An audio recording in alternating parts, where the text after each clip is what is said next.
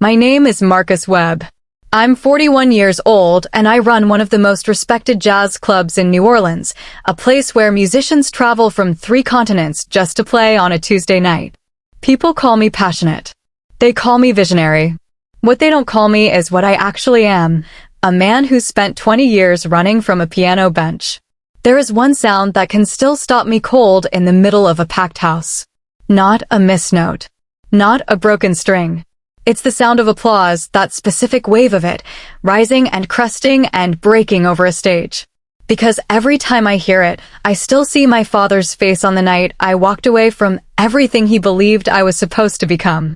That night, I was 18 years old, standing backstage at the Shreveport Music Conservatory in a rented tuxedo that was half an inch too short in the sleeve. I had just been announced as a finalist in the Louisiana Young Classical Pianist competition, the one my father had circled on a calendar 3 years before I even knew what a conservatory was.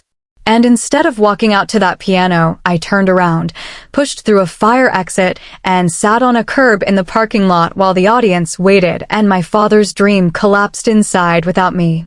I didn't go home that night. Or the next one. My father, Leonard Webb, was a postal worker who memorized Beethoven sonatas from library records on his lunch breaks. He never had lessons. He never had money for lessons. What he had was a battered upright piano he found on a curb in 1987 and dragged 6 blocks home on a furniture dolly because he refused to let beautiful things stay abandoned. That piano became his altar and eventually my prison. He started teaching me when I was 4. Not gently, with devotion, which is a different thing entirely. He kept a notepad of my mistakes and reviewed them every Sunday like game film. He scheduled my practice before school, after school, and again after dinner. He attended every recital in his postal uniform because his shift ended too late to change, and he sat in the front row with his arms folded and his eyes closed, listening for every error like a man reading Braille. He was not cruel. That is the complicated part.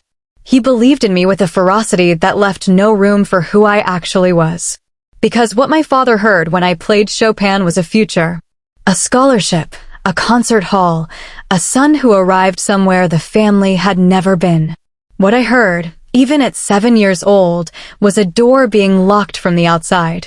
I loved music. That part was real. What I couldn't survive was music as obligation, music as debt, music as the repayment plan for every sacrifice my father had ever made. When I sat at that piano, I was not a child playing. I was a ledger being balanced. The jazz started by accident, the way most true things do. When I was 12, our neighbor Mr. Celestine, a retired session musician with a screened porch and an inexhaustible supply of sweet tea, heard me practicing scales through our thin walls one summer afternoon and hollered, "Boy, who taught you to make music sound like homework?" I had no answer for that. But he did. He played me Miles Davis. Then Bill Evans. Then Thelonious Monk, whose strange, stubborn harmonies made me feel like someone had finally spoken in a language I hadn't known existed, but somehow already understood. Jazz did not ask you to be correct. It asked you to be present. It left space in the music on purpose, silence as part of the conversation, imperfection as the whole point. I started sneaking over to Mr. Celestine's porch on Saturday mornings. Not lying to my father exactly, just not explaining where I was going. I learned the difference early between a lie and a truth you're not ready to defend. My father never suspected because my classical performance never suffered. If anything, learning to listen the way jazz demanded made me a more attentive player overall. But inside, everything had shifted. I was practicing Scarlatti with my hands and living inside Coltrane with everything else.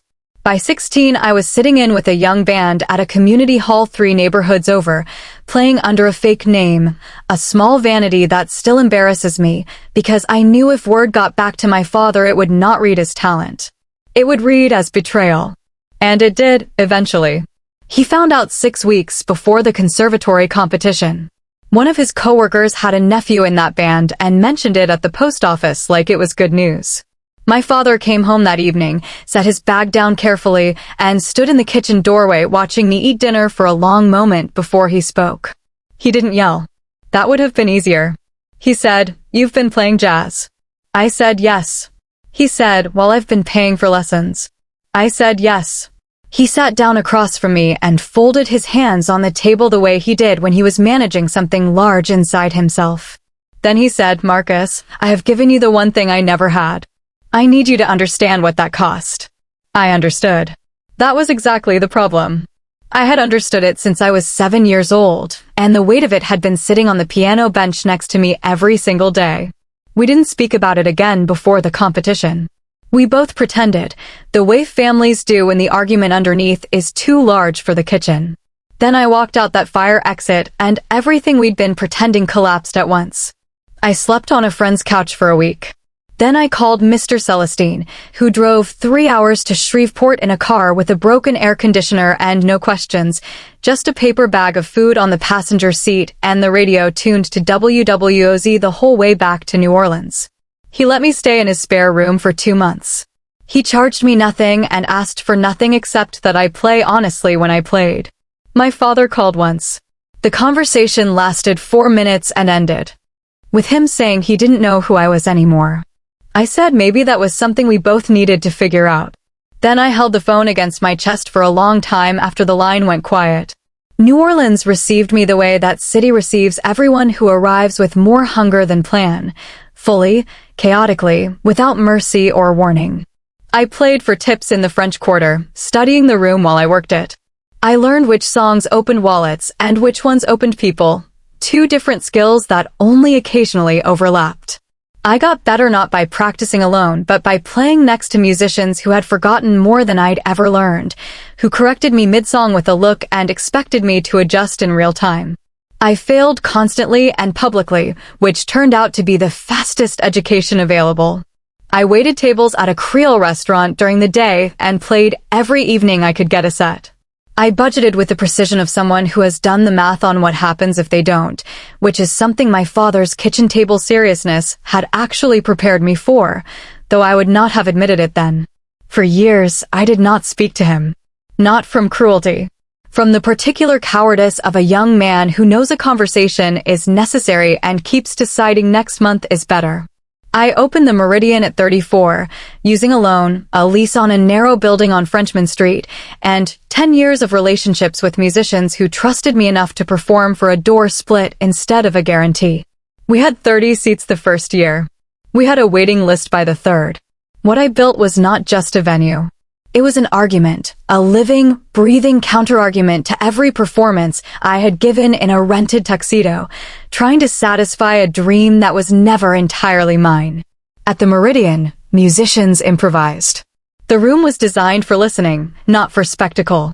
We served food that didn't compete with the music and kept the lights low enough that people forgot to perform being audience members. I hired young players regularly, paid them fairly, and never once told them what genre their talent was supposed to become. The night a piece in Downbeat magazine described the Meridian as the closest thing to a sacred space that American jazz still possesses. I was in the back office reconciling invoices and eating leftover red beans from a takeout container. When my manager knocked and read the line out loud, I set the container down and looked at the wall for a moment. I thought about my father's notepad of mistakes. I thought about what it means to believe in something so hard you crush the person holding it. He came to New Orleans for the first time 2 years after that article. He did not call ahead. I found out because my bartender mentioned a man had been sitting outside on the curb for 40 minutes and seemed to be working up to something. I went out and he was there. Older, stiffer in the way people get when the body starts keeping its own score. He had the same folded hands, the same measuring silence before he spoke. He looked up at the sign, the Meridian, white letters on dark wood, and then at me. He said, I listened to a recording someone sent me. From one of your nights here. I waited. He said, you play differently now. I said, I know. He said, you play like you mean it. That sentence arrived quietly but landed like something structural giving way. Because what he was telling me, without the full vocabulary for it, without quite the words, was that he could hear the difference between performance and truth. That somewhere in him, the man who had memorized Beethoven on his lunch break had always known the difference. and that it had taken 20 years and a recording someone sent him and a curb outside my club to finally say so. We sat outside for an hour. Not reconciling, that is too clean a word for what two people do when the wound between them is also the relationship itself. But talking. Honestly, which for us was new enough to count for something. He told me he had been carrying the walkout for years, not as anger anymore, but as a question. He wanted to understand what I had needed that he hadn't known how to give. I told him without performing the pain, just the facts, as clearly as I could manage them. The locked feeling. The ledger. The jazz on Mr. Celestine's porch as the first breath I'd taken on my own. He listened the way he used to listen to recordings. Eyes down, very still, not defending.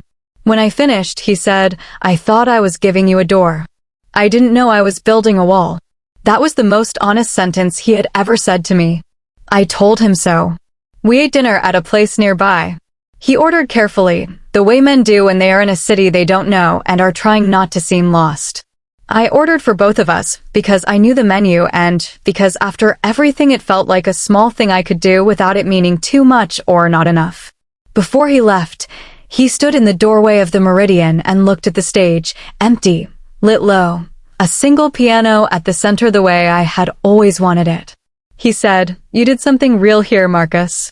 I said, "You taught me that real was worth doing." Both things were true at the same time. That is the part nobody tells you about making peace with a complicated parent. You don't get to separate the damage from the gift. They came in the same hands. My father is 71 now. He took a bus to New Orleans twice last year and sat in the back row both nights without telling me in advance, which I consider an act of enormous respect, showing up to see the thing without needing to own the moment. Mr. Celestine passed 4 years ago. I dedicated the foundation wing of the Meridian to him, a free Saturday morning workshop for young musicians from underfunded schools, because he never charged me a thing for the most important education I received, and the right response to that kind of generosity is to make it available to someone who doesn't know yet how much they need it. I still play sometimes, late on quiet nights after the staff has gone and the chairs are up on the tables, and the room smells like candle wax and whatever the kitchen left behind. Not for anyone. Not toward anything. Just because music was always mine when I let it be, and the greatest distance I ever traveled was the 6 feet between obligation and joy. The piano is still there. The bench still creaks on the left side. I still mean every note.